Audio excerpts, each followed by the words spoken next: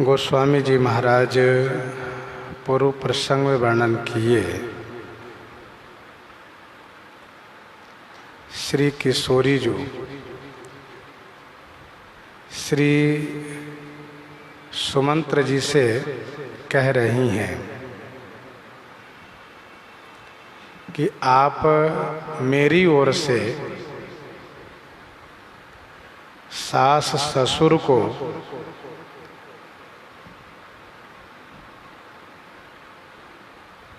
पांव पकड़ करके विनती कीजिएगा और उनसे कहिएगा कि मेरे लिए कुछ भी चिंता आप न करें, मैं वन में स्वाभाविक रूप से सुखी रहूंगी।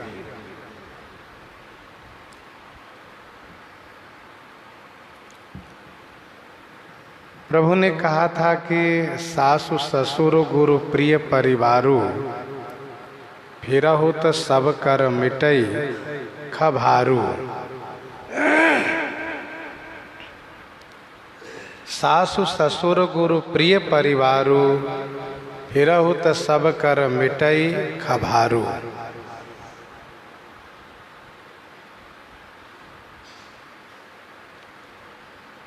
प्रभु कहते हैं श्रीराम, श्री सीता जी कहती हैं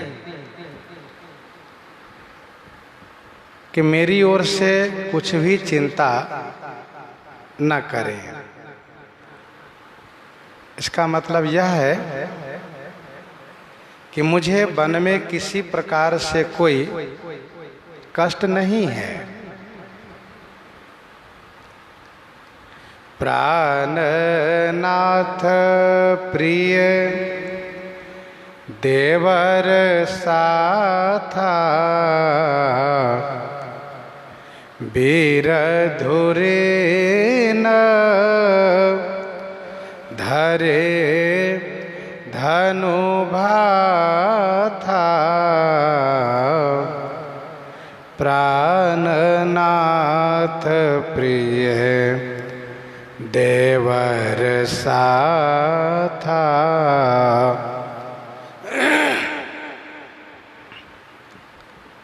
प्राणनाथ श्री रघुनाथ जी और प्रिय देवर मेरे साथ में हैं। जो वीर धुरीन है, वीर धुरीन अर्थात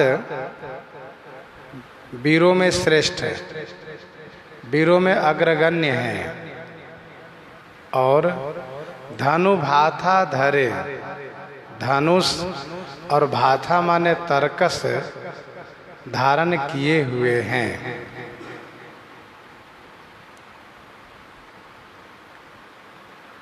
मेरे प्राणनाथ और प्रिय देवर जी दोनों मेरे साथ में हैं। पतिव्रता स्त्री के लिए उनके पति ही प्राणनाथ हैं। किशोरी जी कहती हैं कि मेरे प्राणनाथ, और श्री रघुनाथ जी तो प्राणी मात्र के प्राणनाथ हैं। प्रिय देवर जी साथ में हैं। दोनों भाई वीरों में धुरीन हैं। वीरों में धुरीन अर्थात वीरों में श्रेष्ठ हैं, अग्रगण्य हैं। और सबसे बड़ी बात यह है कि धनुष बाण तरकस लिए हुए हैं, अर्थात वीर भी हैं और साथ साथ शस्त्र भी धारण किए हुए हैं। नहीं मग श्रम भ्रम दुख मन मोरे। मोहि लगे सोच करिए जनि भोरे। नहीं मग श्रम भ्रम दुख मन मोरे। नहीं मग श्रम भ्रम दुख मन मोरे। मोरे मन मग श्रम दुख और भ्रम नहीं, अर्थात मेरे मन में मार्ग का कोई श्रम महसूस नहीं हो रहा है, नहीं मग श्रम, और नहीं मेरे मन में किसी प्रकार से कोई भ्रम है और न दुख है। इसीलिए मोहि लगे सोच करिए जानी भोरे। मोहि लगी सोच करिए जानी भोरे। मोहि लगी अर्थात मेरे वास्ते, भोरे माने भूल कर भी सोच जानी करिए, सोच मत कीजिए। नहीं मग श्रम भ्रम दुख मन मोरे। वही लगी सोच करिए जानी भोरे।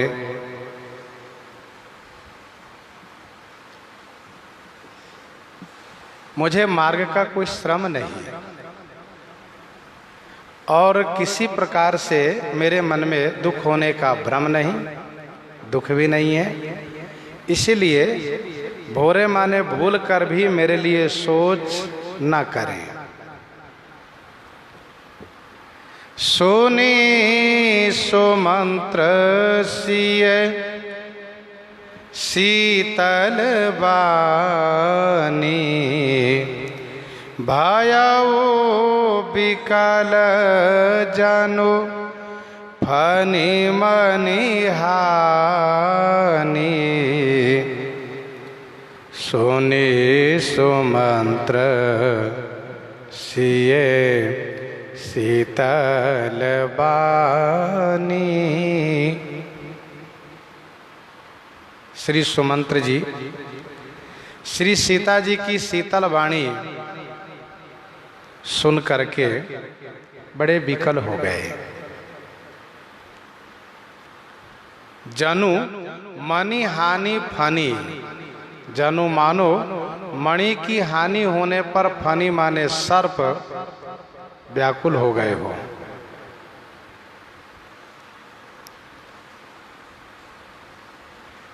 श्री सुमंत्र जी को यह बड़ी आशा थी कि श्री सीता जी अवश्य लौट चलेंगे, इनको हम अवश्य लौटा ले चलेंगे। परंतु श्री सीता जी ने जो बातें कही हैं कि मैंने नैहर के सुख को भी देखा है, ससुराल के सुख को भी देखा है, परंतु श्री रघुनाथ जी के बिना मुझे कहीं भी कोई भी सुख सुखद महसूस नहीं हुआ है। प्राणनाथ श्री रघुनाथ जी के साथ में रहने से कठिन रास्ता, कठिन वन, कठिन भूमि, कठिन पहाड़, बहुत से हाथी, सिंह, तालाब, नदी, कोल, भील, हिरन, पक्षी, ये सब सुखद महसूस हो रहे हैं, सब अच्छे लग रहे हैं।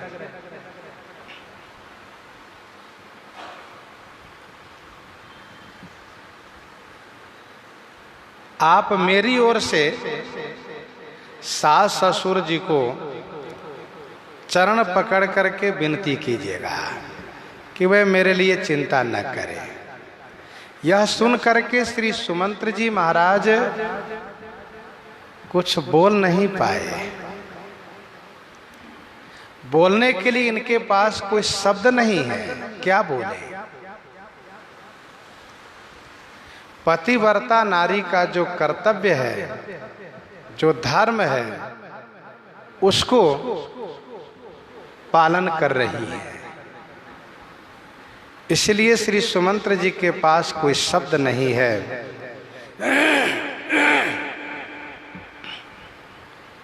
बड़े व्याकुल हो गए। भयउ विकल जनु फनि मनि हानि।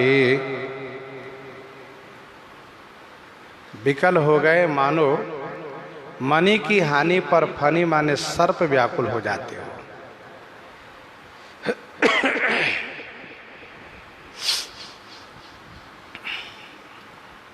मणि बिनु फानी जिए व्याकुल बिहाल रे। इन्हें पत्रिका 67 में गोस्वामी जी ने लिखा। आप कहेंगे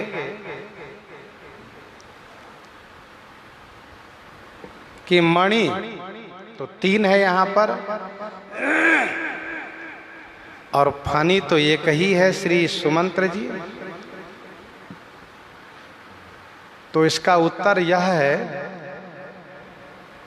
कि एक सर्प में कई मणियां हो सकती है। जितने उनके मुख होंगे उतनी मणियां हो सकती हैं।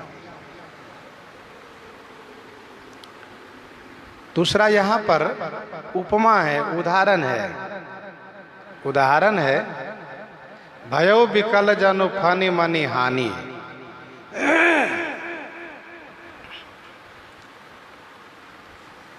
वैसे भी यदि ठीक से हम विचार करके देखें तो मणि एक ही है। श्री सीता जी श्री राम जी की अर्धांगनी है, श्री लक्ष्मण जी उन्हीं के अंश हैं, तो मणि तो एक ही है। श्री सुमंत्र जी ऐसे विकल हो गए जैसे मणि के बिना फनी माने सर्प व्याकुल हो जाते हो।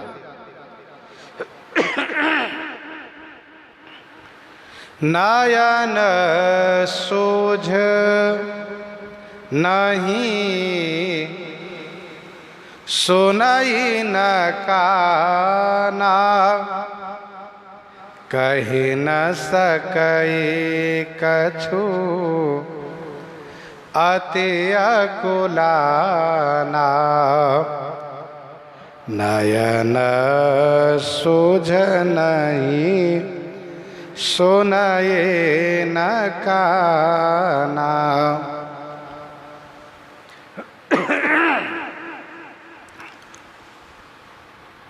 नेत्र से दिखाई नहीं दे रहा है, कानों से सुनाई नहीं दे रहा है,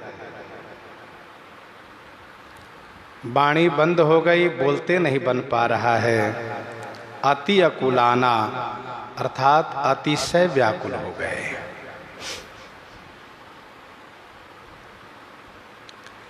नयन सूझ नहीं सुनहि न काना, कही न सकई कछु अति अकुलाना।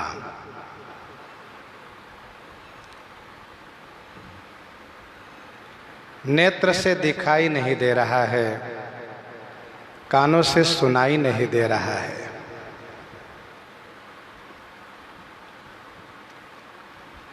और वाणी बंद हो गई। ऐसी दशा तब आती है जब मनुष्य की मृत्यु का समय आता है। अर्थात श्री सुमंत्र जी को मरणांत क्लेश प्राप्त हुआ, मरणांत कष्ट प्राप्त हुआ।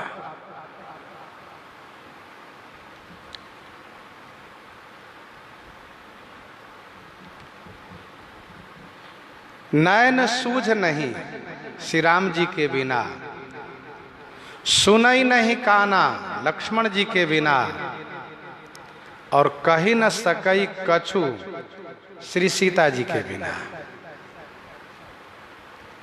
श्री राम जी के बिना दिखाई नहीं दे रहा है, श्री लक्ष्मण जी के बिना सुनाई नहीं दे रहा है, और श्री सीता जी के बिना बोल नहीं पा रहे हैं। अतिशय व्याकुल हो गए। कही न सकई कछु अति अकुलाना, अतिशय व्याकुल हो गए। राम प्रबोध किन्हीं बहु भांति,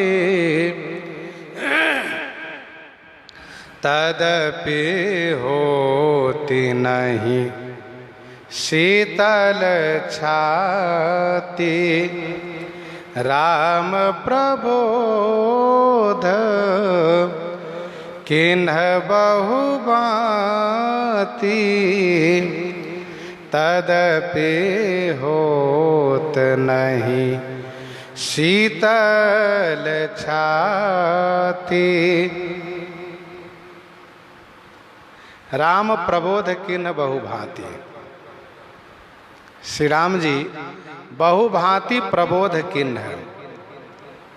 श्री रामचंद्र जी बहुभांति माने बहुत प्रकार से, प्रबोध किन्ह, प्रबोध किन्ह माने प्रकर्षे न बोध किए, बहुत समझाए। तदपि माने फिर भी छाती शीतल नहीं होती, फिर भी इनकी छाती शीतल नहीं हो रही है, हृदय की जलन दूर नहीं हो रही है।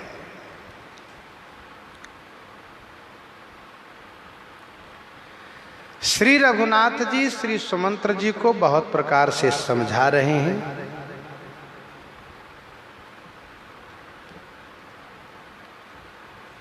आप धर्म शास्त्र के ज्ञाता हैं,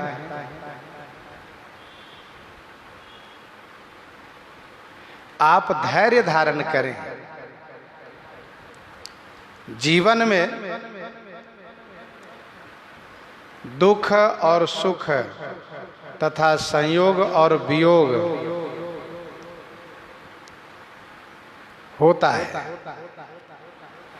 जन्म मरण सब दुख सुख भोगा, हानि लाभ प्रिय मिलन वियोगा।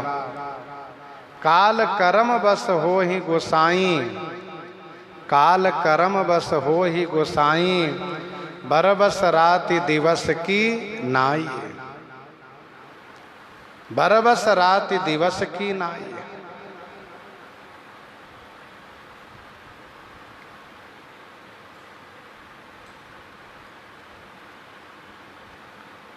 लेकिन श्री सुमंत्र जी को संतोष नहीं हो रहा है। श्री रघुनाथ जी ने कहा आप मेरे पिताजी के समान हैं, आपके आशीर्वाद से वन मार्ग में मुझे किसी प्रकार से कोई क्लेश नहीं होगा। फिर भी श्री सुमंत्र जी को जलन दूर नहीं हो रही है।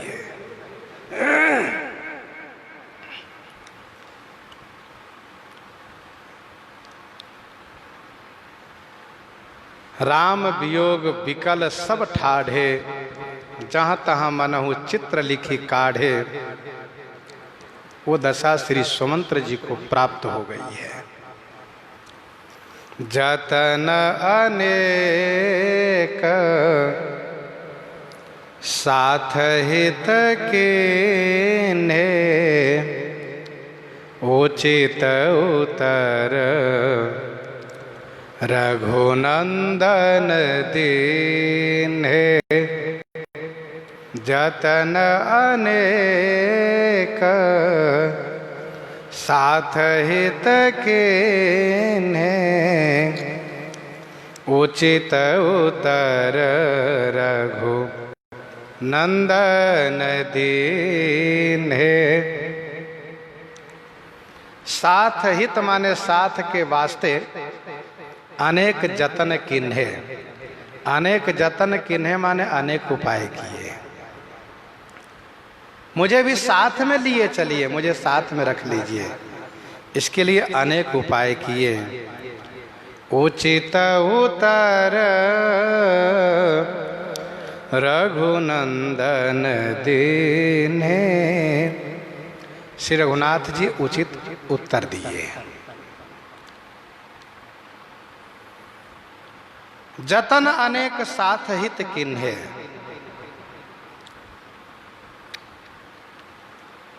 श्री सुमंत्र जी महाराज सबका सहारा लिए,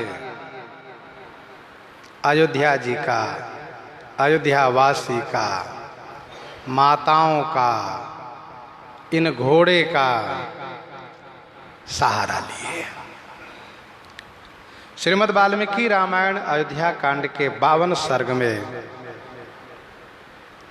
इस संदर्भ में विस्तार से वर्णन है। सुमंत्र जी कहते हैं कि श्री लक्ष्मण जी श्री सीता जी के साथ आपको साधारण मनुष्यों के भांति वन में रहना यह किसी को अच्छा नहीं लग रहा है, तो फिर मुझे कैसे अच्छा लगेगा।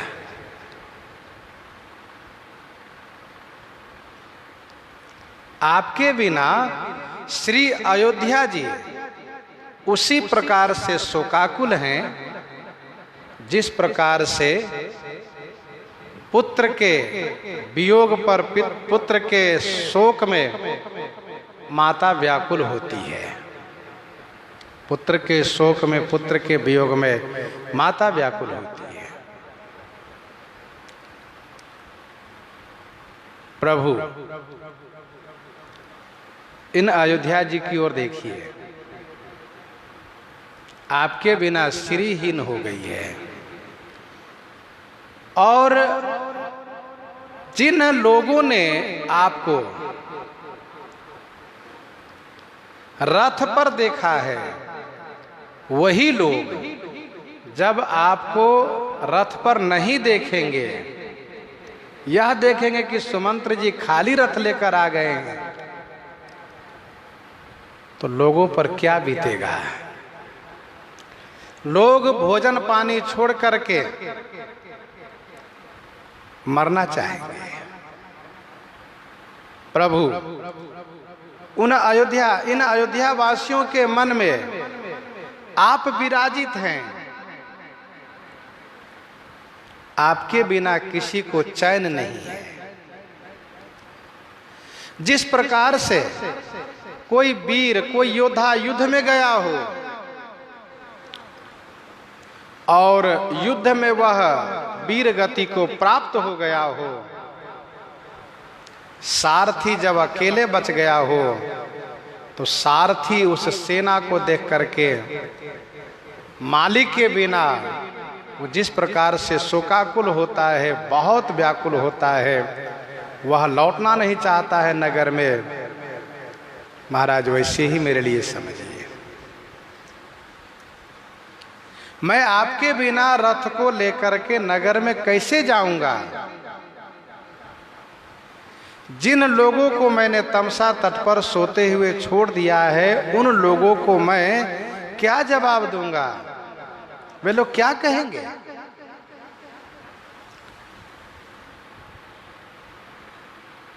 प्रजाओं की ओर से, अयोध्या वासियों की ओर से कहा। फिर सुमंत्र जी ने कहा, प्रभु माता कौशल्या जी से मैं क्या कहूंगा कि मैं श्री राम को उनके मामा के घर पहुंचा कर आ गया हूं। मैं क्या कहूंगा, मां कौशल्या को क्या उत्तर दूंगा।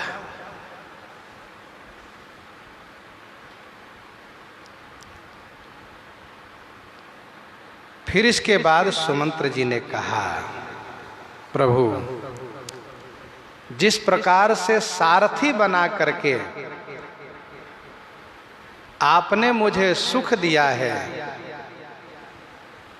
जिस प्रकार से सारथी बना करके आपने मुझे सुख दिया है, उसी प्रकार से मुझे साथ में रख करके सुख प्रदान कीजिए। भृत्य का धर्म होता है, सेवक का धर्म होता है, स्वामी का अनुगमन करें। मैं भी आपका भृत्य हूं, सेवक हूं। मुझे साथ में रहने के लिए आज्ञा प्रदान कीजिए। मैं आपका भक्त हूं। प्रभु इस घोड़े की ओर देखिए, आपको लेकर के आया है ये, आपके बिना ये घोड़ा कैसे जाएगा? आपके बिना घोड़े की क्या दशा होगी? आप मुझे साथ में रखिए, मैं रथ पर आपको घुमाऊंगा, 14 वर्ष तक रथ में बैठाकर घुमाऊंगा, आपकी सेवा करूंगा और फिर 14 वर्ष के बाद मैं आपको लेकर के अयोध्या चलूंगा। तब सरकार उचित उत्तर दिए, उचित उत्तर रघुनंदन दीन्हे। प्रश्न ये उठता है कि प्रभु ने तो ये कहा था कि दिए उत्तर फिर पातक लहऊं, दिए उत्तर फिर पातक लहऊं, फिर कैसे उत्तर दे रहे हैं? इसका समाधान यह है कि पिताजी के संदेश पर उत्तर देना प्रभु ने उचित नहीं समझा, और यहां पर जो उत्तर दे रहे हैं यह सुमंत्र जी के साथ चलने के आग्रह पर कि मुझे साथ में रख लीजिए, इसलिए रघुनाथ जी ने उचित उत्तर दिए। उचित उत्तर रघुनंदन दीन्हे। रघुनंदन कहने का भाव यह है कि अपने रघुवंशियों को आनंदित करने के लिए धर्म पथ पर चलना चाहते हैं, पूर्वजों को आनंद देना चाहते हैं। प्रभु ने कहा, हे तात, आपके स्वामी भक्ति को मैं भली भांति जानता हूं, आपके स्वामी भक्ति को मैं भली भांति जानता हूं। आप बहुत बड़े स्वामी भक्त हैं, पिताजी के मित्र हैं आप। इस समय में आपको उनके पास होना बहुत आवश्यक है, बहुत जरूरी है।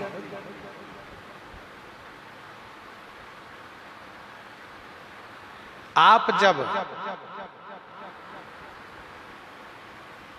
नगर को जाएंगे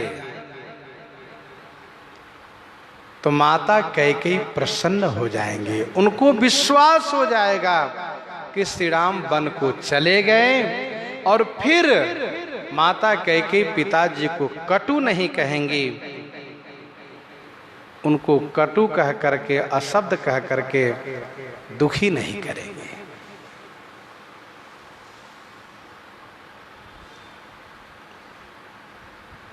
हे तात, मुझे वनवास हुआ है, तापस वेश विशेख उदासी, इसलिए मैं रथ को आपको साथ में नहीं रख सकता। दूसरी सबसे बड़ी बात यह है कि पिताजी ने आपको साथ रहने के लिए नहीं भेजा है, आपको लौटाने के लिए भेजा है, और वह भी गंगा जी के इस पार से लौटाने के लिए उन्होंने कहा है। मैं गंगा जी के किनारे पहुंच चुका हूं, अब मुझे गंगा जी के उस पार जाना है और मुझे रथ का प्रयोग नहीं करना है, इसलिए आपको लौट जाना चाहिए।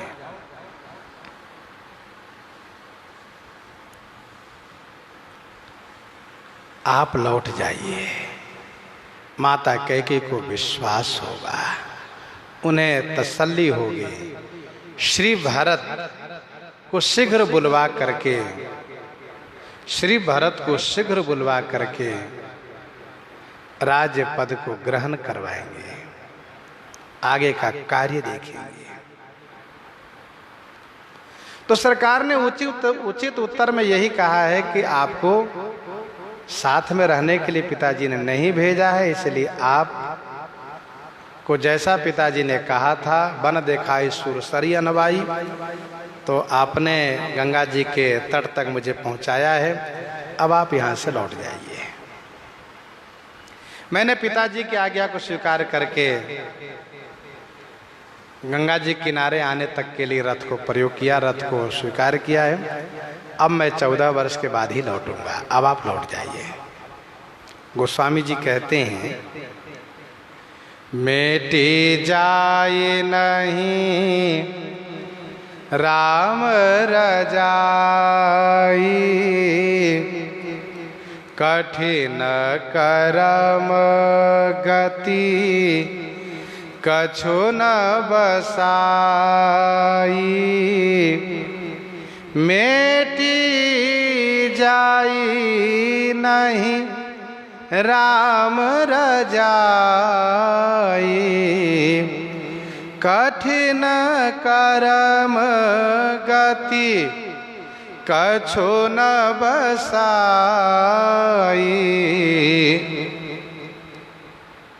राम रजाई मेटी नहीं जाई। श्री राम जी की रजाई, श्री राम जी की आज्ञा मेटी नहीं जा सकती। कर्म की गति बहुत कठिन है, कुछ बस नहीं चलता। मेटी जाई नहीं राम रजाई, कठिन करम गति कछु न बसाई। श्री राम जी की आज्ञा अकाट्य है, अपेल है, उनकी आज्ञा नहीं मिटाई जा सकती। करी विचार जिय देखहु नीके, करी विचार जिय देखहु नीके, राम रजाई शीस सब ही के। करी विचार जिय देखहु नीके, राम रजाई शीस सब ही के। श्री गुरु वशिष्ठ जी ने कहा है, प्रभु आज्ञा अपेल श्रुति गाई, करौ से बेग जो तुम्हें सुहाई, समुद्र ने कहा है। श्री भरतलाल जी ने कहा, राम रजाई मेटी मन माही, राम रजाई मेटी मन माही, देखा सुना कतहूँ को नाही। श्री राम जी की आज्ञा को कोई नहीं मिटा सकते। कर्म की गति बहुत कठिन है, कर्म की गति बहुत कठिन है। कहने का भाव यह है कि श्री सुमंत्र जी को मरणांत क्लेश प्राप्त हो रहा है। यही ते कवन व्यथा बलवाना, जो दुख पाई तजहि तनु प्राणा। मरणांत क्लेश प्राप्त हो रहा है, परंतु शरीर से प्राण नहीं निकल रहा है, क्योंकि प्रारब्ध अभी भोगना बाकी है और कर्म सभी को भोगना पड़ता है। कठिन कर्म गति जान विधाता, जो शुभ अशुभ सकल फल दाता। कर्म की गति के आगे किसी का कुछ नहीं चलता। सुमंत्र जी महाराज इतने व्याकुल हैं। अभी आपने सुना है कि उनको न दिखाई दे, न सुनाई दे, न बोल पावे, फिर भी हिम्मत करके धैर्य धारण करके साथ में ले चलने के लिए बहुत प्रार्थना किए हैं, पर श्री राम जी इनको उचित उत्तर दे करके लौटने के लिए बाध्य कर दिए हैं। श्री राम जी की आज्ञा मिटाई नहीं जा सकती। राम लखन सिए पद सिर नाई, फिर ओ बने जिम मोर गवाई। राम लखन सिए पद सिर नाई। राम लखन सिए पद सिरुनाई, फिर बनिक जिम मूर गवाई।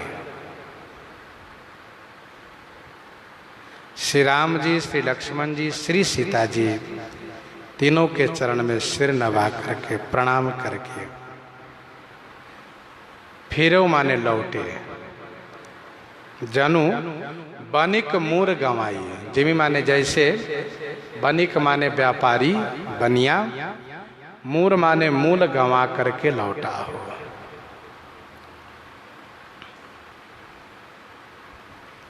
राम लखन सिय पद सिर नाई, फिर बनिक जिमे मूर गंवाई।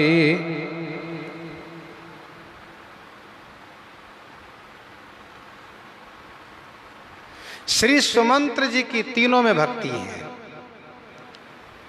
श्री राम जी को, श्री लक्ष्मण जी को, श्री सीता जी को प्रणाम किए। सुमंत्र जी महाराज ने यही निश्चय किया, राम किन्ह चाहै सोई होई, राम किन्ह चाहै सोई होई, करई अन्यथा अस नहीं कोई। राम किन्ह चाहै सोई होई, करई अन्यथा अस नहीं कोई।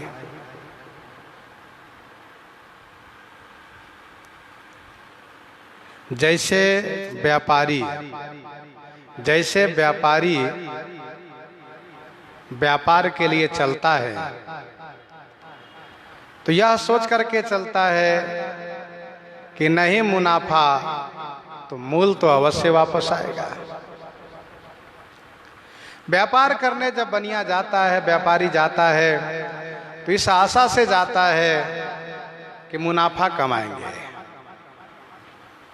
लाभ होगा, इतना मूलधन लगाएंगे इसके 3 गुना 4 गुना 10 गुना भी प्राप्त हो सकता है, खूब मिलेगा।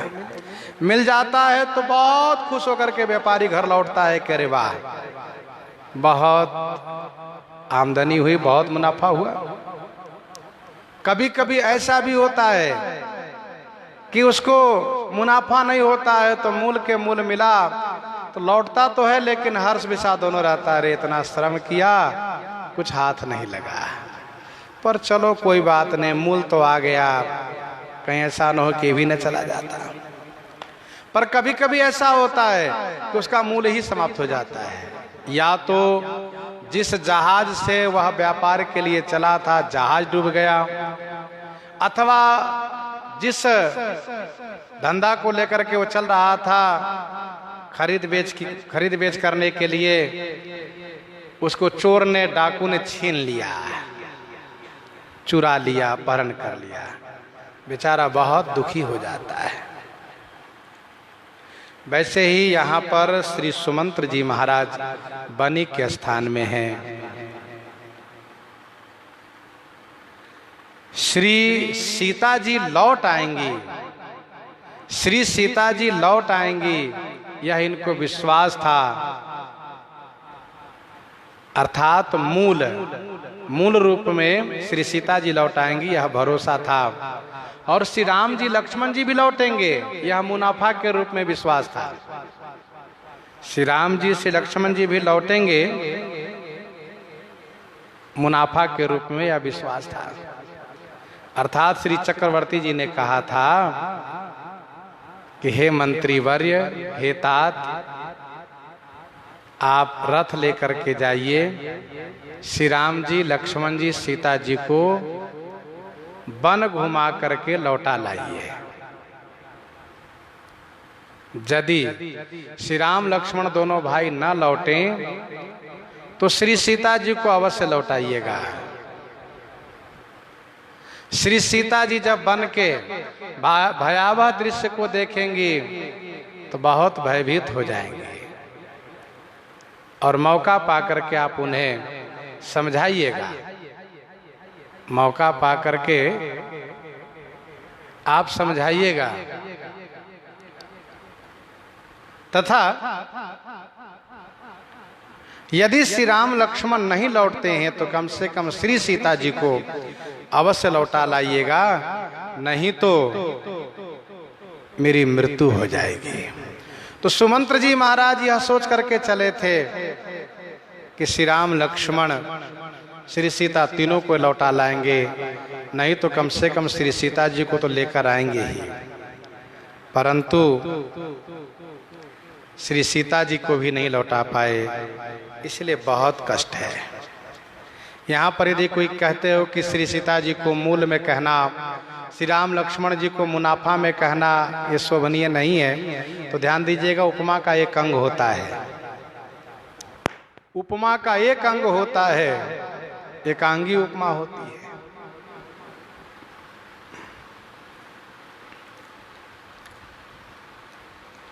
रथ हाँके ओहय राम तन, हेरी हेरी हे नाही, देखि निषाद विषाद बस, धुनहि शीस पछिताहि, रथ हाँके ओहय राम तन, हेरी हेरी हे नाही। सुमंत्र जी महाराज रथ को अयोध्या जी की ओर हाँकना शुरू किए। रथ हाँके हाय माने घोड़े, राम तन हेरी हेरी ही नाही, श्री राम जी की ओर, श्री राम जी के शरीर की ओर, हेरी हेरी माने देख देख करके, ही नाही माने हिनहिना रहे हैं। यह देख करके सब निषाद विषाद के बस हो गए। धुनहि शीस पछिताहि, सिर धुनते हैं और पछताते हैं, सिर धुनते हैं, सिर पीटते हैं और पछताते हैं। रथ हाँके ओहय राम तन, हेरी हेरी नाही। सुमंत्र जी ने रथ को हाँका जरूर है, लेकिन घोड़े चलने को तैयार नहीं, घोड़े नहीं जा रहे हैं, बार बार श्री राम जी की ओर देख करके हिनहिनाते हैं। मानो सुमंत्र जी से कहते हैं, मंत्री जी हमें तो छोड़ दो आप, हम श्री राम जी के साथ रहेंगे, हमें आपके साथ अयोध्या नहीं जाना है।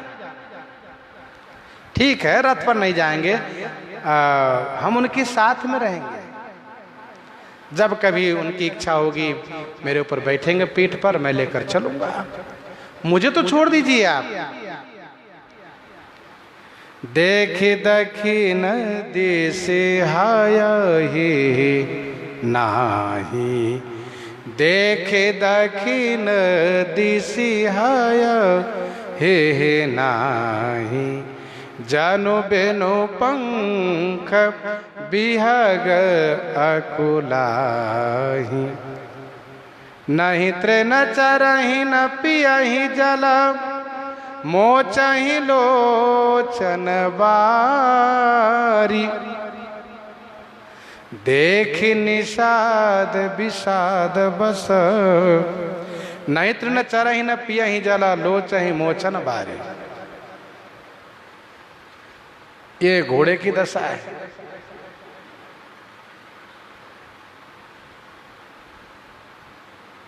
चर फराहि मग चलहि न घोरे, बन मृग मन हो आनि रथ जोरे।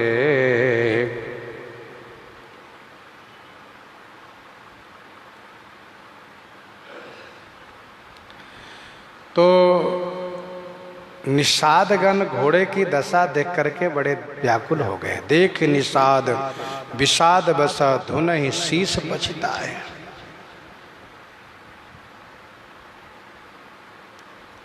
रघुनाथ जी की घोड़े को देख करके निषादगण दुखी हो गए, बड़े व्याकुल हो गए, दुखी हो गए। व्याकुल भय निषाद सब रघुबर बाजी निहारी। गीतावली अयोध्या कांड 87 पद में गोस्वामी जी ने लिखा है, माँ कौशल्या कहती हैं, राघो एक बार फिर आवो, राघो एक बार फिर आवो, ए बरबाजी बिलो की आपनो, बहुरो बनहि सिधावो, राघो एक बार फिर आवो, जे पै प्याई पोखी कर पंकज, बार बार छुछुकारे, क्यों जियहि मेरे राम लाडिले, ते अब निपट बिसारे, राघो एक बार फिर आवो, भरत सौगुनी सार करत हैं, अति प्रिय जानि तिहारो, तदपि तिनहि दिन होत झांवरे, मनहु कमल हिम मारे, राघो एक बार फिर आवो, सुनहु पथिक जो राम मिलहि बन, सुनहु पथिक जो राम मिलहि बन, कही हो मातु संदेशो, तुलसी मोही और सब हिनते, तुलसी मोही और सब हिनते, इनको अधिक अंदेशो, राघो एक बार फिर आवो। तो श्री रघुनाथ जी की ये घोड़ा है, इनके द्वारा लाड़ प्यार पाए हैं। श्री राम जी के बिना ये लौटना नहीं चाहते, जबरदस्ती इनको अयोध्या ले भी आए हैं, तो इनकी बड़ी दयनीय दशा हो गई है।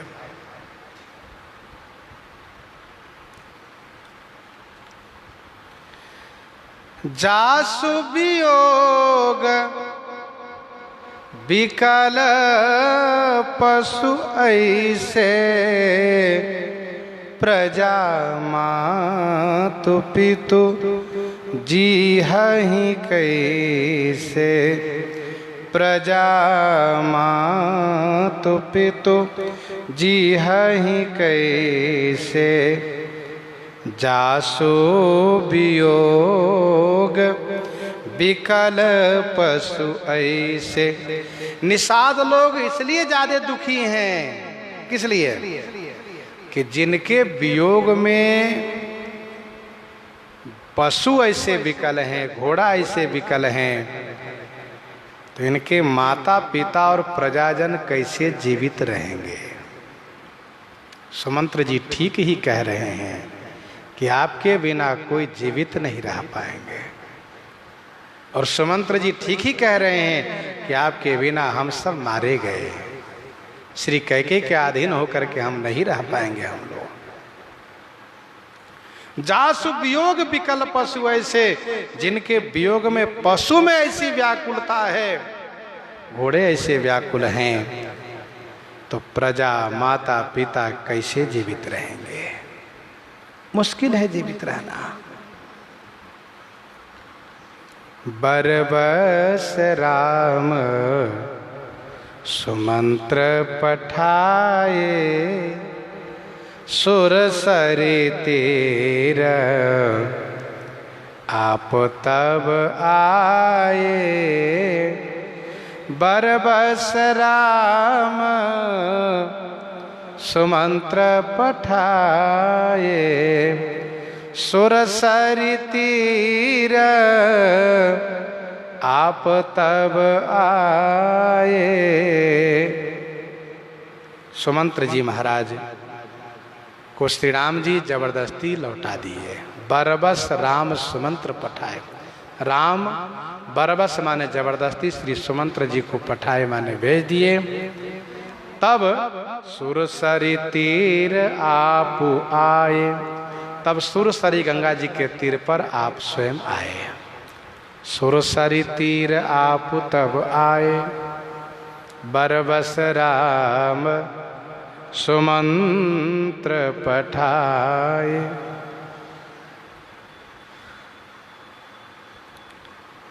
श्री राम जी सुमंत्र जी को जबरदस्ती लौटाए। लौटना नहीं चाह रहे हैं, फिर भी जबरदस्ती लौटा दिए और स्वयं श्री गंगा जी के तट पर आ गए। सुरसरी तीर आप तब आए। मांगी नावन के बट आना। मांगी नावन के बट आना। कई तुम्हार मरम मैं जाना। कई तुम्हार मरम मैं जाना। मांगी नावन के बट आना। सरकार गंगा जी के किनारे आ गए। तट पर, उस तट पर जहाँ से गंगा पार हुआ जाता है वो उस घाट पर आ गए। श्री राम जी ने मांगी नाव। श्री राम जी ने नौका मांगी है, केवट ना आना। केवट नहीं लाया। कहा माने कहने लगा, प्रभु तुम्हारा मरम मैं जाना। प्रभु मैं आपके भेद को जानता हूं। क्या जानते हो? यही कि आपको पार नहीं होना है। पार होने के लिए आप नहीं नौका मंगा रहे हो, तो किसी ऋषि को पत्नी देने के लिए, स्त्री देने के लिए मेरी नौका मंगा रहे हो आप। ऐसा कहा। मांगी नाव। कुछ लोगों ने कहा मांगी नाव न केवट आना। श्री राम जी ने नौका नहीं मांगी पर केवट आना माने आ गया।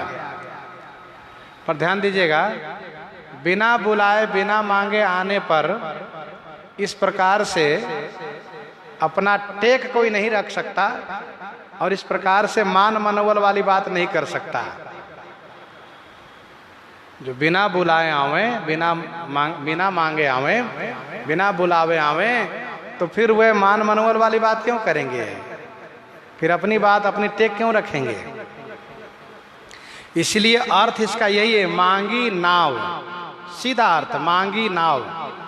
केवट न आना। केवट नहीं आया और कहने लगा कि मैं आपके मरम को, आपके भेद को जानता हूं। तो केवट है कहां? केवट नौका को कमर भर जल में रोक रखा है। कमर भर जल में नौका को रोक रखा है और वहीं से वार्ता करना शुरू किया है।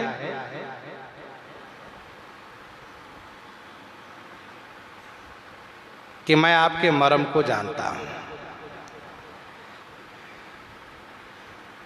संतों ने कहा केवट कैसे मरम जान गया, जबकि इनके मरम को किसी को जानना बड़ा मुश्किल है।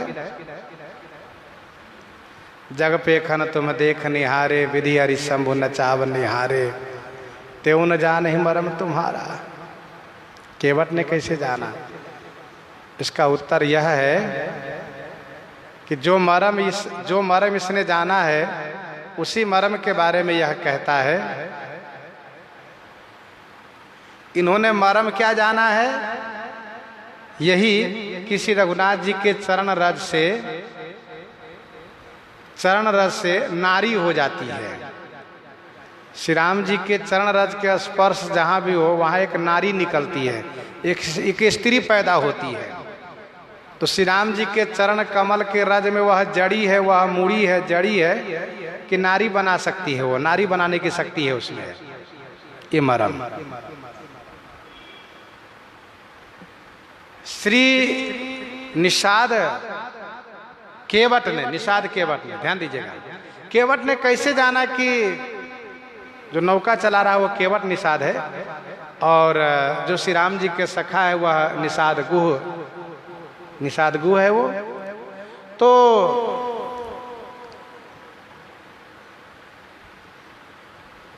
केवट ने मरम कैसे जाना, तो इसका उत्तर यह है कि ठाव ठाव राखे अति प्रीति, गुह बुलाई पहाड़ु प्रतीति, ठाव ठाव राखे अति प्रीति।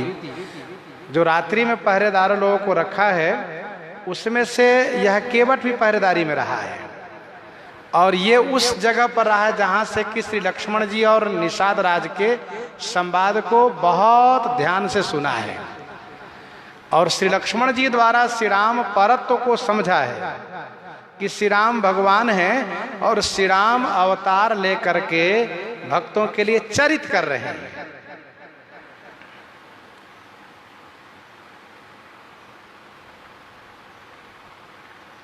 मांगी नावन केवट आना, कहे तुम्हार मरम में जाना।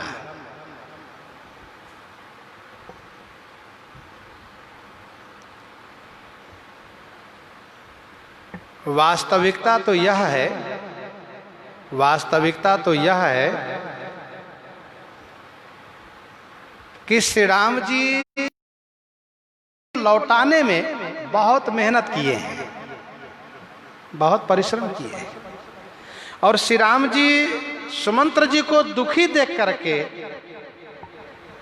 घोड़े को दुखी देख करके, सुमंत्र जी की बात को सुन करके, प्रार्थना सुन करके श्री राम जी दुखी भी हुए हैं और श्री राम जी इसलिए कुछ अनमने से हैं। श्री राम जी अनमने से हैं और इसीलिए कुछ इस प्रकार की बात केवट ने शुरू किया है, कुछ इस प्रकार की बात करना केवट ने शुरू किया है जिससे कि श्री राम जी को हंसी आ जाए, जिससे कि श्री राम जी को हंसी आ जाए, यह इनका उद्देश्य है। तो केवट ने कहा, प्रभु मैं आपके मर्म को जानता हूं।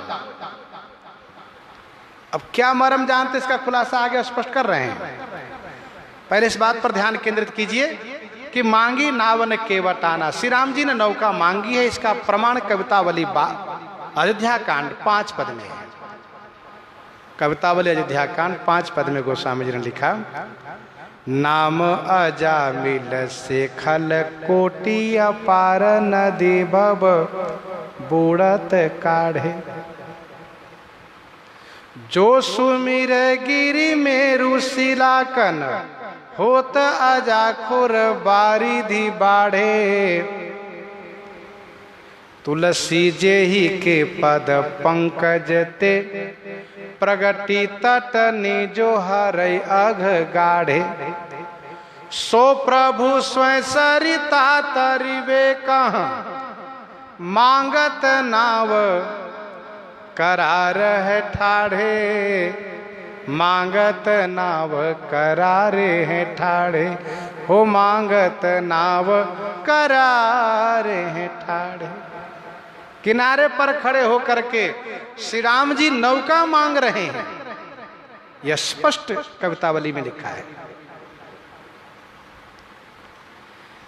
केवट 6 पद में कहता है, यही घाटत थोरिक दूर आहे, कटिलो जल था दिखाई हो जो, पर से पग धूरी तरई तरनी, घरनी घर क्यों समुझाई हो जो।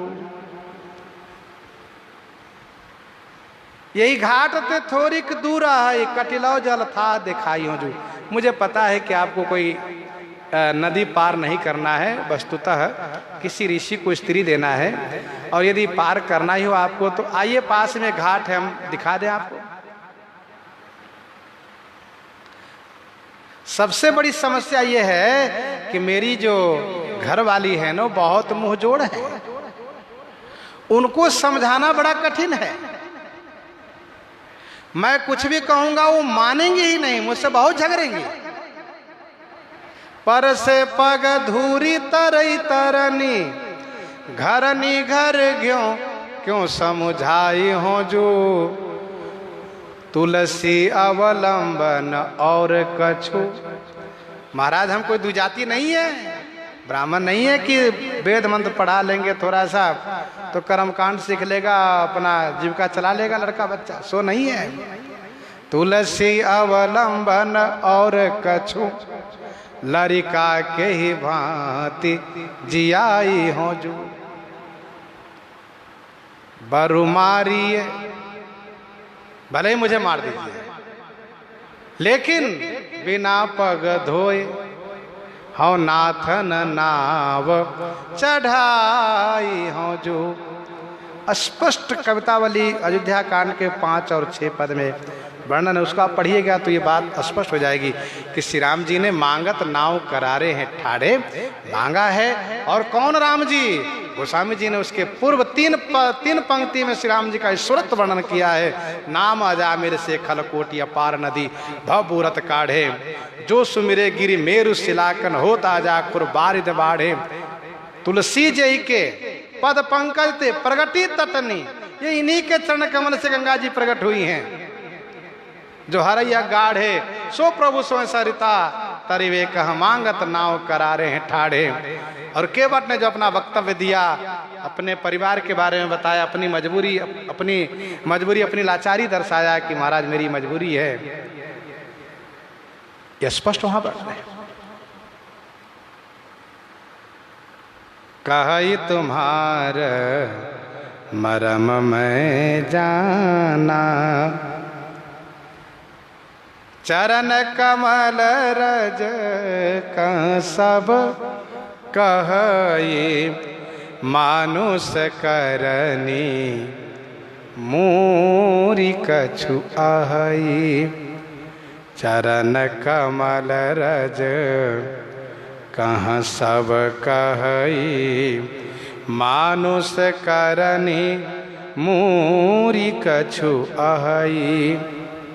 आपके चरण कमल के रज के संदर्भ में सब कहां, सब कोई कहते हैं, केवल मैं ही नहीं, सब कोई कहते हैं। क्या कहते हैं? मानुष करनी मोरी कछु आहई। मानुष करनी माने मनुष्य बनाने वाली, कछु मूरी आहई, कछु माने कुछ, मूरी माने जड़ी है।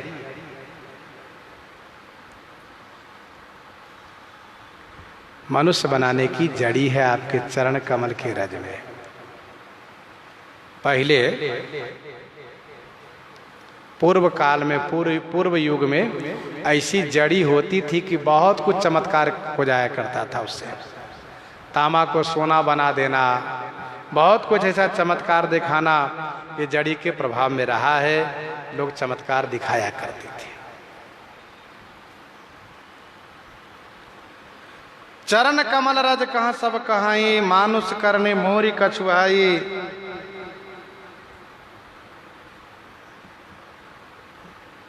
और यदि आप ये कहेंगे कि नहीं नहीं वो तो शापित पाषाण रूपा श्री अहिल्या थी, तो इसके संदर्भ में मैं आपसे यही कहूँगा कि ऐसा भी तो हो सकता है कि मेरी जो नौका है ना, जिस लकड़ी का, उस लकड़ी का कभी वृक्ष रहा होगा, उस वृक्ष को कोई बाबा जी श्राप दिए होंगे कि तुम नौका बनोगी और फिर तुम्हें जब श्री राम जी के चरण रज का स्पर्श होगा तुम स्त्री बन जाओगी। इस प्रकार से छुअत शिला भई नारी सुहाई, पाहन तेन काठ कठिनाई। यही प्रतिपालऊं सब परिवारो, नहीं जानो कछु और कबारो। छुअत शिला भई नारी सुहाई, पाहन तेन काठ कठिनाई। शिला के स्पर्श होने से सुंदर नारी बन गई, तो पत्थर से ये काठ कठिन नहीं हो सकता, ये लकड़ी कठिन नहीं हो सकती। अच्छा, केवट श्रृंगी ऋषि के नाते हास्य कर भी सकते हैं, करने का अधिकार है इनको। जैसा कि प्रसंग में आपने सुना है कि श्रृंगी ऋषि जी का आश्रम है यहाँ, तो श्रृंगी जी के नाते से उपहास कर सकते हैं। जैसे श्री राम जी के साथ उपहास अन्य ऋषि कुमारों ने भी किया है। संतों ने कहा कवितावली अयोध्या कांड 28 पद में, विंध्य के बासी उदासी तपोव्रत धारी महाबेनु नारी दुखारे। गौतम तीय तरी तुलसी सो कथा सुनि भे मुनि वृंद सुखारे। होई है शिला सब चंद्रमुखी पर से पद मंजुल कंज तिहारे। किन्हीं भली रघुनायक जू, किन्हीं भली रघुनायक जू, करुणा करी कानन को पगुधारे, करुणा करी कानन को पगुधारे। इस प्रकार से हास्य भी कर सकते हैं। वस्तुतः केवट का उद्देश्य है श्री राम जी अनमने हैं। अच्छा, केवट कुछ मजाकिया स्वभाव के हैं, हंसमुख हैं। कुछ लोग ऐसे होते हैं कि बड़े हंसमुख होते हैं, मजाकिया स्वभाव के, चाहे उनके सामने कैसा व्यक्ति चला जाए, कैसा भी वो उदास हो, बहुत दुखी हो, उसको हंसा ही देगा वो। तो केवट उसमें से बहुत खुले और प्रसन्न मिजाज के हैं, खुश मिजाज के हैं और बढ़िया हंसाना जानते हैं। तो केवट इस प्रकार से श्री रघुनाथ जी से वार्ता कर रहे हैं। प्रसंग को हम आप यहीं पर हृदयांगम करते हैं। आइए श्रवण करते हैं श्री विनय पत्रिका जी से।